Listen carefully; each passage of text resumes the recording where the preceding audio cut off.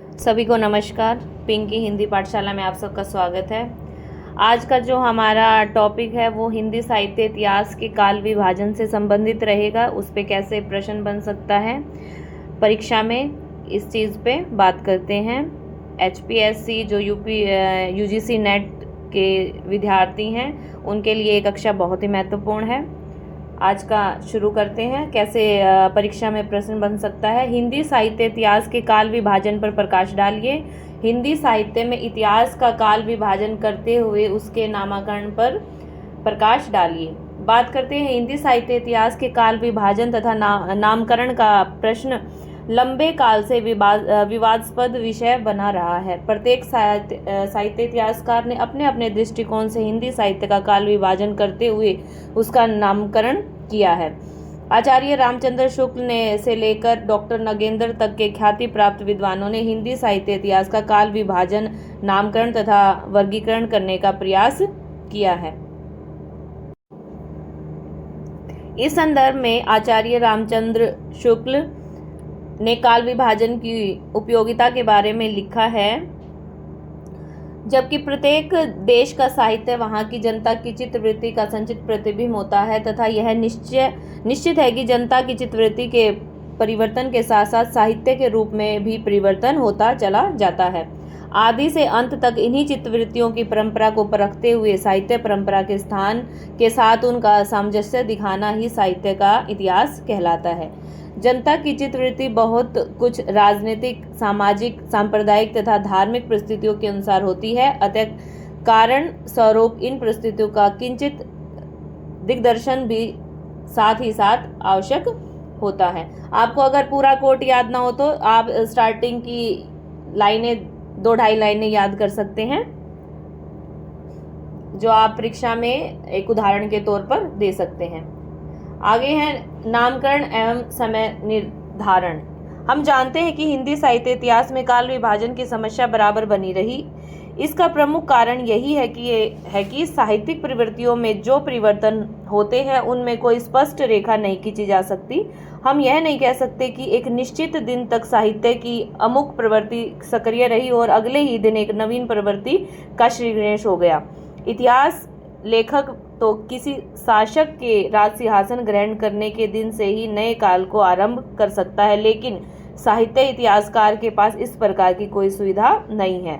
फलस्वरूप उसे अनेक आधारों पर साहित्य इतिहास का काल विभाजन और नामकरण करना पड़ता है। इस संदर्भ में जो कथन है आचार्य श्याम सुंदर दास का, उन्होंने कहा है कि यदि हम विगत 900 वर्षों की हिंदी साहित्य की प्रगति का सिंहावलोकन करें तो काल क्रमानुसार उसके अनेक विभाग दिखाई देंगे। उसके प्रारंभिक काल में वीर गाथाओं की प्रधानता दिखाई देती है। इसके उपरांत हिंदी साहित्य अपने भक्ति युग में प्रवेश करता है। इस युग के समाप्त होने पर हिंदी में श्रृंगारी कविता की अधिकता हुई। अंत में भारतेंदु हरिश्चंद्र के साहित्य में उदित होते ही हिंदी साहित्य में एक नवीन प्रकाश फैला। पर उपर्युक्त काल विभाजन और प्रत्येक काल की विशेषताओं के प्रदर्शन से हमारा यह आश्चर्य नहीं है कि एक काल के समाप्त होते ही काव्यधारा दूसरे दिन से दूसरी दिशा में बहने लगी।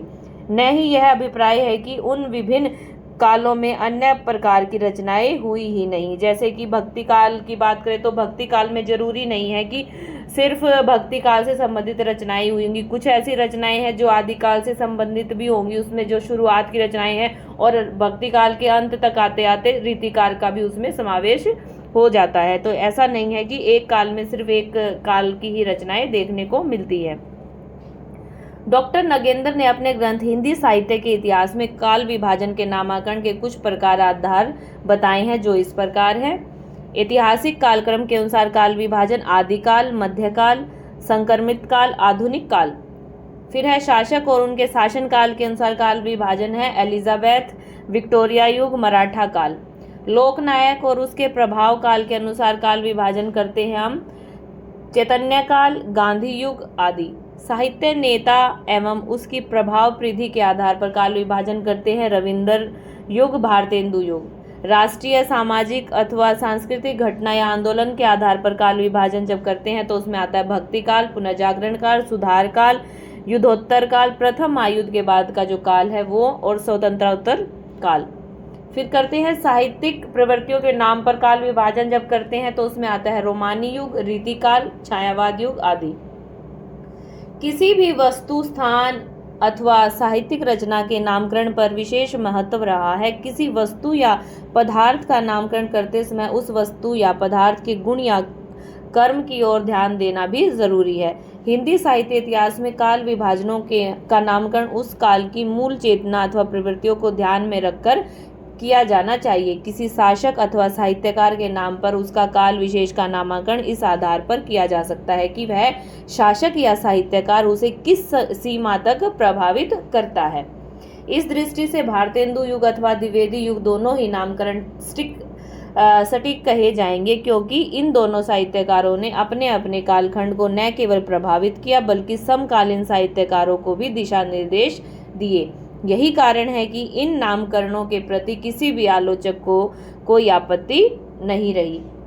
हिंदी साहित्य इतिहास की लेखन परंपरा तो काफी प्राचीन काल से चली आ रही है, लेकिन इसके लिए वैज्ञानिक दृष्टिकोण तो लगभग 100 वर्ष पहले अपनाया गया। फलस्वरूप साहित्य इतिहासकारों ने काल विभाजन तथा नामकरण की पद्धति का प्रयोग करना आरंभ किया। इस संदर्भ में निम्नलिखित विवरण काफी उपयोगी हैं। सबसे पहले जो गारसा द तासी हैं, उन्होंने फ्रेंच भाषा में अपना साहित्य इतिहास ग्रंथ लिखा जिसका नाम था इस्तवार द ला लिटरेचर एंदुरी हिंदुस्तानी। यह हिंदी साहित्य का प्रथम इतिहास ग्रंथ स्वीकार किया गया है। इसमें फ्रेंच विद्वान ने अंग्रेजी वर्णमाला के क्रमानुसार कवियों का परिचय दिया। फिर बात करते हैं दूसरे नंबर पर जॉर्ज ग्रियर्सन। इनका जो साहित्यिक ग्रंथ है वो है modern vernacular literature of Hindustan. इसमें इन्होंने हिंदी साहित्य को 12 कालखंडों में विभक्त किया। उन्होंने इस ग्रंथ में साहित्यिक प्रवृत्तियों, प्रमुख साहित्यकारों तथा शासकों आदि के नाम पर विभिन्न कालखंडों का नामकरण किया। जॉर्ज ग्रियर्सन ने पहली बार साहित्य इतिहास को कालखंडों में विभक्त किया तथा उनकी सीमा निर्धारित की, जो कि गारसा ततासी नहीं कर पाए थे। वो आगे चलकर जॉर्ज ग्रियर्सन ने इसको कालखंडों में विभक्त किया और उसकी एक कालखंड के अनुसार एक सीमा निर्धारित की। इसलिए उनके द्वारा किए गए काल विभाजन, नामकरण तथा समय निर्धारित का विशेष महत्व है। फिर जो उन्होंने 12 कालखंडों में बांटा है उनके नाम इस प्रकार हैं। सबसे पहले चारण काल, फिर आता है 15वीं शती का धार्मिक पुनर्जागरण, जायसी और उनकी कविता, ब्रज का कृष्ण संप्रदाय, मुगल दरबार, तुलसीदास, रीतिकाल, तुलसीदास के अन्य प्रवृत्ति कवि। आगे है, लेकिन जॉर्ज ग्रियर्सन द्वारा किए गए इस काल विभाजन और नामकरण में अनेक दोष हैं। एक तो उन्होंने अभ्रंश साहित्य को हिंदी साहित्य में स्थान दिया। उनके द्वारा किया गया प्रथम काल विभाजन 1300 ईस्वी तक सीमित है और दूसरा काल विभाजन 1500 शताब्दी से आरंभ होता है। फलस्वरूप 100 वर्ष के साहित्य को इसमें कोई स्थान नहीं दिया गया। मिश्र बंधुओं ने अपने ग्रंथ मिश्र बंधु विनोद में हिंदी साहित्य इतिहास के काल विभाजन और नामकरण के बारे में एक सर्वथा नवीन दृष्टिकोण प्रस्तुत किया। जॉर्ज ग्रियर्सन की अपेक्षा इनका काल विभाजन, नामकरण और समय निर्धारित अधिक तर्क संगत और वैज्ञानिक लगता है। जॉर्ज ग्रियर्सन के बाद मिश्र बंधुओं का जो काल विभाजन रहा है वो इस प्रकार है। सबसे पहले आता है इसमें आरंभिक काल को 2 भागों में बांटा, पूर्व आरंभिक और उत्तरारंभिक। फिर माध्यमिक काल को भी 2 भागों में बांटा, पूर्व माध्यमिक काल और प्रौढ़ माध्यमिक काल। फिर अलंकृत काल को भी 2 भागों में बांटा गया है, पूर्वालंकृत और उत्तरालंकृत। फिर 4 नंबर पे परिवर्तन काल और है वर्तमान काल। 5 भागों में इन्होंने बांटा है, आरंभिक काल, माध्यमिक काल, अलंकृत काल और परिवर्तन और वर्तमान काल। मिश्र बंधु विनोद में कुल 8 कालखंड और उपखंड बनाए गए हैं और वैज्ञानिक प्रवृत्ति द्वारा काल विभाजन किया गया है, लेकिन यह काल विभाजन भी दोषों से पूर्णतः मुक्त नहीं है। उदाहरण के रूप में आरंभिक काल, माध्यमिक काल तथा वर्तमान काल ये नामकरण काल क्रमानुसार हैं, जबकि अलंकृत काल का नामकरण साहित्यिक प्रवृत्तियों के आधार पर किया गया है। पुनः कालखंडों को उपखंडों में विभक्त करने में भी कोई तारतम्य नहीं है।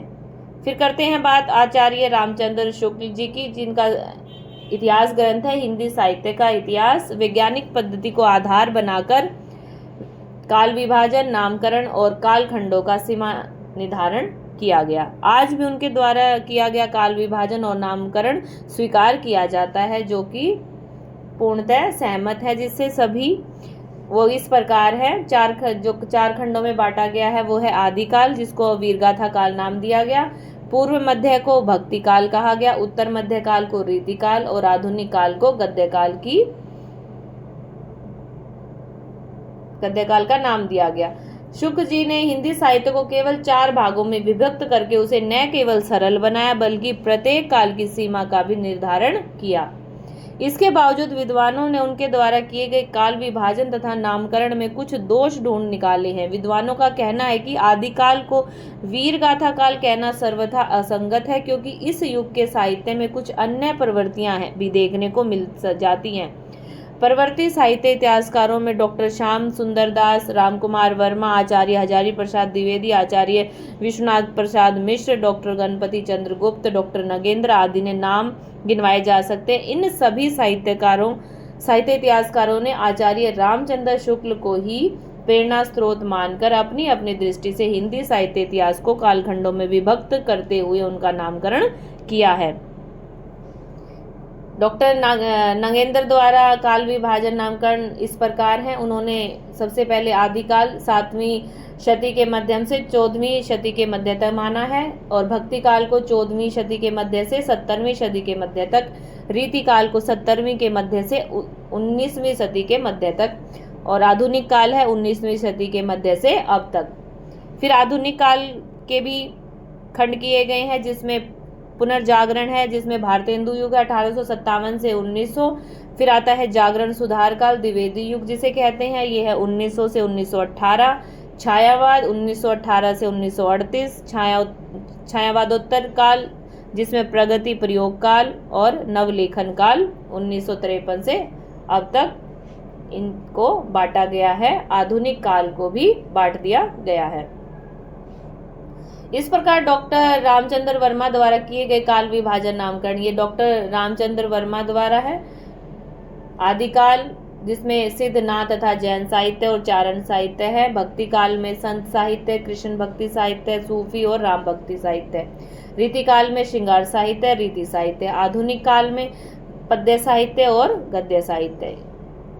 यह ध्यान देने योग्य बात है कि शुक्ल द्वारा हिंदी साहित्य इतिहास का जो काल विभाजन नामकरण है, सीमा निर्धारित किया गया है, उसमें आदि काल को छोड़कर शेष कालों के बारे में लगभग सभी विद्वानों की सहमति प्रदान की है।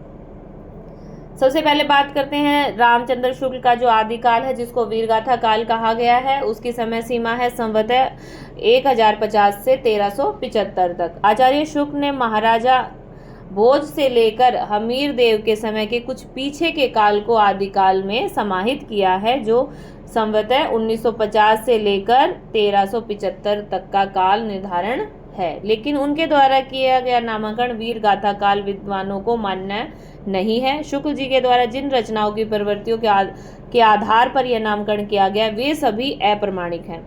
पुनः शुक्ल जी द्वारा सिद्ध नाथ तथा जैन को धार्मिक कहकर साहित्य में स्थान न देना भी अनुचित है।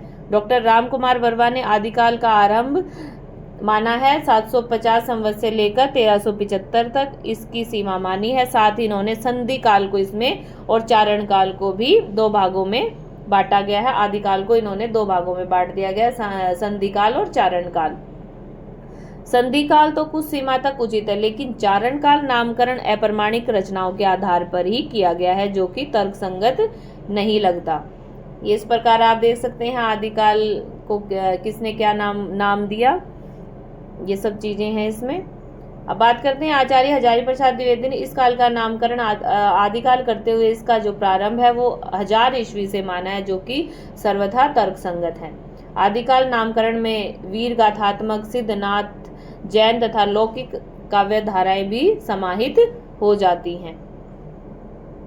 ये हजारी प्रसाद द्विवेदी जी का महत्वपूर्ण कथन है। वस्तुतः हिंदी साहित्य का आदिकाल शब्द एक प्रकार की भ्रामक सृष्टि करता है, जो श्रोता के चित्त में यह भाव पैदा करता है कि यह काल कोई आदिम मनोभावापन, परंपरा, विनिर्मय मुक्त काव्य रूढ़ियों से अछूते साहित्य का काल नहीं, यह ठीक नहीं है। यह काल बहुत अधिक परंपरा प्रेमी, रूढ़िग्रस्त, सजग और सचेत कवियों का काल है। यदि पाठक इस धारणा से सावधान रहे तो यह नाम बुरा नहीं है। फिर दूसरे नंबर की बात करते हैं पूर्व मध्यकाल, जिसको भक्ति काल का नाम दिया गया। समय सीमा है संवत 1375 से संवत 1700 तक। शुक्ल जी ने इस कालखंड की प्रवृत्ति के आधार पर यह नामकरण किया। इस नामकरण के बारे में लगभग सभी साहित्य इतिहासकार सहमत है। कारण यह है कि यह पूरा काल भक्ति भावना से ओतप्रोत रहा है और भक्ति भावना को आधार बनाकर ही साहित्य की रचना हुई। आगे चलकर शुक्ल जी ने इसे 4 शाखाओं में विभक्त कर दिया, जो कि इस प्रकार है। सबसे पहले हमारी ज्ञान मार्गी शाखा, जिसको हम संत काव्य धारा कहते हैं।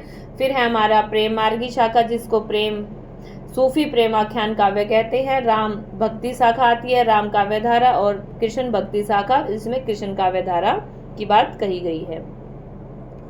फिर तीसरे नंबर पर आता है हमारा उत्तर मध्यकाल, जिसको रीति काल नाम दिया गया। यह संवत 1700 से 1900 तक का है।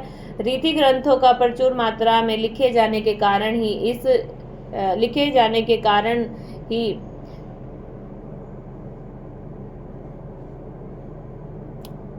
शुक्ल जी ने इसे रीतिकाल नामकरण प्रदान किया, परंतु शुक्ल जी का यह नामकरण पंडित विश्वनाथ जी को स्वीकार नहीं है। उन्होंने इस काल को श्रृंगार काल की संज्ञा दी है। इसके साथ साथ उन्होंने इस काल के जो कवि हैं उनको 3 भागों में बांटा है, रीतिबद्ध, रीतिमुक्त और रीतिसिद्ध। रीतिबद्ध कवियों में आप नाम जो आपको याद है वो इस प्रकार है: देव, केशव, मतीराम, चिंतामणि नाम गिनवाए जाते हैं। रीतिमुक्त में घनानंद, ठाकुर, बोधा आदि नाम आते हैं। और आगे है मिश्र बंधुओं ने अपनी पुस्तक मिश्र बंधु विनोद में इस काल को क्या कहा है? अलंकृत काल। लेकिन यह नाम इस काल की सभी प्रवृत्तियों को समाहित नहीं करता। अतः अन्य विद्वान डॉक्टर रमाशंकर शुक्ल ने रीतिकालीन साहित्य में कला पक्ष की प्रमुखता को देखते हुए इसे क्या नाम दिया? कला काल। लेकिन यह नामकरण भी विद्वानों को मान्य नहीं है, क्योंकि यह नामकरण करने से इस काल के साहित्य के भाव पक्ष की क्या है? अवहेलना हो जाती है।